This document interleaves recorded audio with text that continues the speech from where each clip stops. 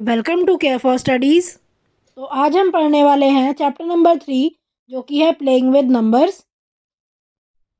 तो आज हम पढ़ने वाले हैं एक्सरसाइज नंबर 3.7 का क्वेश्चन नंबर 10। तो चलिए स्टार्ट करते हैं। देखो 10th क्वेश्चन में है, find the LCM of the following numbers, observe a common property in the obtained LCMs, is LCM the product of two numbers in each case. तो यहाँ पर हमें सबसे पहले तो एलसीएम फाइंड करना है जो भी नंबर दिए होंगे उनका, और फिर कोई भी अगर कॉमन प्रॉपर्टी हमें एलसीएम में दिखती है, कुछ भी सिमिलैरिटी दिखती है, वो बताना है। और फिर हमें ये भी बताना है कि क्या हर केस में जो एलसीएम है वो दो नंबर जो दिए हैं उनका प्रोडक्ट आ रहा है। तो चलो एक एक करके करते हैं। तो 9 और 4, इसमें देखो एलसीएम निकालो आप। अलग अलग भी निकाल सकते हो, देखो अलग मैं निकाल देती हूँ यहाँ, और कॉमन तो मैंने यहाँ निकाल रखा ही है पहले से। 9 को आप 3 × 3 लिख सकते हो। 4 को आप क्या लिख सकते हो, 2 × 2, है ना। 9 क्या है, 3 × 3, और 4 क्या है, 2 × 2। नथिंग इज कॉमन, है ना। इन दोनों में कुछ भी कॉमन नहीं है।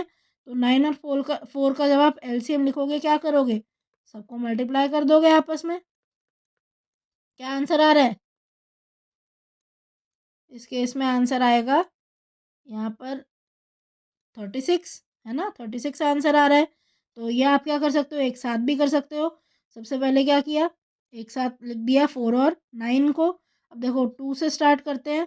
2 की टेबल में 9 नहीं आता तो एज इट इज़ नीचे लिख दिया।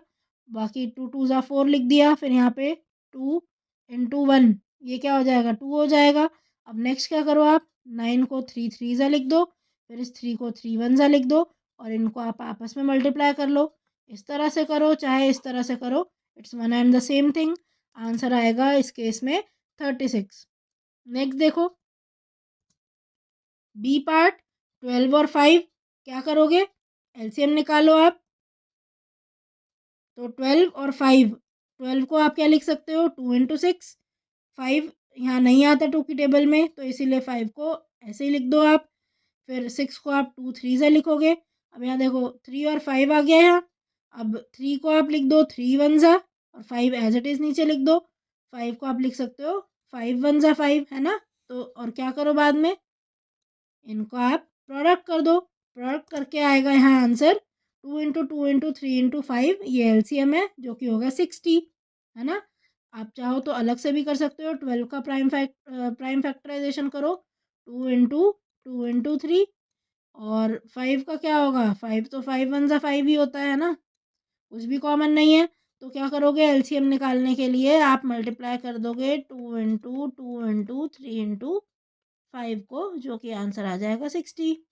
यहाँ क्या है, यहाँ पर ये जो दो नंबर है इनका प्रोडक्ट ही एलसीएम आया है, पिछले वाले में भी यही आया था। नेक्स्ट देखो 6 और 5, 6 और 5 में देखो इस तरह से आप एक साथ भी निकाल सकते हो, बाकी अलग से भी करके दिखा देते हैं। देखो 6 है, 6 क्या होता है, 6 का यहाँ फैक्टर लिखो।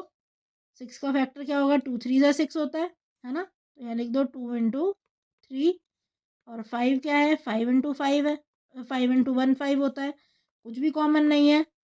तो क्या आएगा, 2 × 3 × 5, ये क्या हो जाएगा, एलसीएम, है ना। एलसीएम क्या हो जाएगा, यहाँ 30 आ रहा है ना। चाहे ऐसे निकालो चाहे एक साथ निकाल लो, one and the same thing ही है। आंसर यहाँ आ जाएगा 30। नेक्स्ट पर आते हैं। यहाँ पर तो क्या आ रहा है, यहाँ पर भी इन दो नंबर्स का प्रोडक्ट ही आ रहा है, एलसीएम। नेक्स्ट पार्ट देखते हैं। नेक्स्ट पार्ट में भी क्या होगा, 15 और 4 है, फैक्टर हमने यहाँ निकाले और आंसर आ रहा है यहाँ 60, है ना। आंसर आ रहा है यहाँ पे 60। अब देखो हम क्या कंक्लूजन निकालेंगे इससे, हम यहाँ कंक्लूड कर सकते हैं। देखो सारे मैंने यहाँ पर नंबर्स लिख दिए हैं और उनके एलसीएम लिख दिए हैं। देखो 9 और 4 था स्टार्टिंग में, है ना, एलसीएम आया 36, दोनों का प्रोडक्ट। फिर 12 और 5 था, एलसीएम आया दोनों का प्रोडक्ट।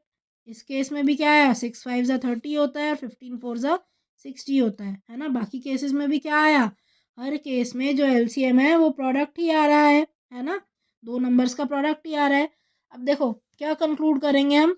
अब देखो 9 और 4 में क्या कोई सिमिलैरिटी थी, नहीं थी, मतलब कोई भी कॉमन पार्ट नहीं था, है ना।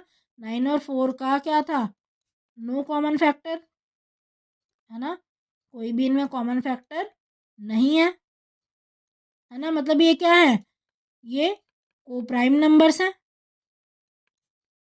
है ना, ये को प्राइम नंबर्स हैं। इसी तरह बाकी पर भी आते हैं 12 और 5, इनमें भी कोई कॉमन फैक्टर नहीं है तो ये भी को प्राइम नंबर है। 6 और 5 ये भी को प्राइम नंबर है।